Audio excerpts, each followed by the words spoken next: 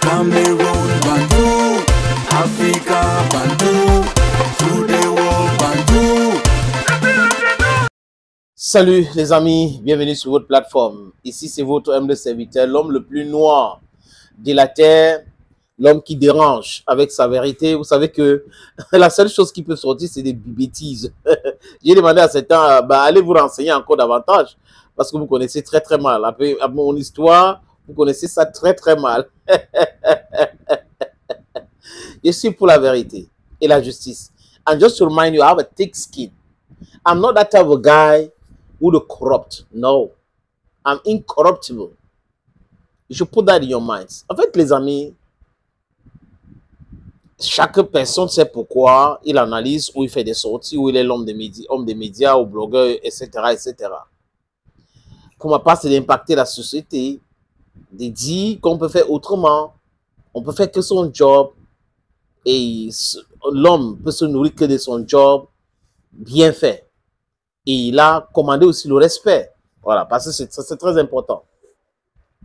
En fait, les amis, le flyer que vous voyez à l'écran là parle de quoi? Samuel Eto'o-Fils, candidat aux élections présidentielles pour un gouvernement de l'unité.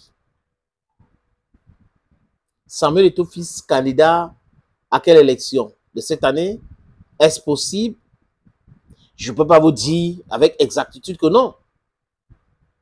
Oui, mais j'observe qu'il y a certaines personnes que je connais très bien qui publient depuis longtemps que Samuel Eto'o-Fils, c'est l'homme qui doit changer la situation du pays et que c'est, comment on appelle ça, le rêve de Oumniobé, du Pondol, c'est Samuel Eto'o-Fils. Chacun part de son analyse et dit des choses.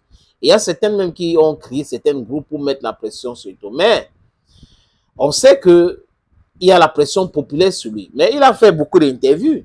Et dans les interviews, Samuel Eto'o lui-même a dit qu'il n'est candidat à rien. Dernièrement, c'était sur le micro de Radio Fausse Information, au Radio France Impérialiste, RFI. Il a dit devant le journaliste Christophe Babouvier qu'il n'a pas de parti politique. Il va se présenter aux élections comment? Est-ce qu'il avance masqué?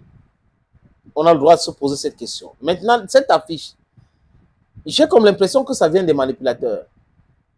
Parce que si vous regardez bien, ceux qui ont publié l'affiche de façon massive, c'est ceux qui prétendent être les activistes du changement. Oui, on veut le changement au Cameroun. Le changement au Cameroun, c'est pour installer une personne. C'est ça le changement selon eux. Donc, il faut distraire les gens avec des choses comme ça et autres. La pression, c'est que vraiment, Eto'o-Fils va se présenter, ses soutiens, voilà ce que ses soutiens sont en train de faire et autres. Ça peut aussi venir de ces officines de la fausse information. Ça peut être que c'est eux qui ont fabriqué ce truc-là. Parce que les événements autour de Samuel Eto'o-Fils ces derniers temps, les amis, poussent à réfléchir. Eto'o a été anobli dans le littoral par le chef ou le roi de Bakoko à Diapoma. Eto'o a été anobli par le roi de Kouchen, le fond de Kouchen. Eto'o a été anobli à Bazou, à Bana. Eto'o était récemment à l'extrême nord. Il a été anobli par le Lamido de Maroua. On a le droit de se poser des questions. Est-ce que ce sont des coïncidences? On se pose des questions. Ou il est en train de recevoir la protection de la tradition africaine et camerounaise pour pouvoir briguer quelque chose de plus grand. On a le droit, je répète encore, de se poser cette question. Mais il est un Camerounais. Il a le droit de se présenter à une élection présidentielle. Mais jusqu'à présent, lui, il a toujours dit qu'il ne veut pas. Mais d'aucuns me dit, mais sénateur, ne sois pas naïf. Je ne suis pas naïf. Je me rappelle qu'il avait dit qu'il ne voulait pas être président de la Fédération camerounaise de football. Il avait dit ça. Est-ce qu'il pensait ça à cette époque-là? Je peux que le croire.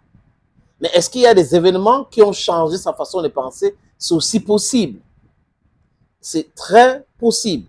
Maintenant, les élections, c'est pour le mois d'octobre, je pense.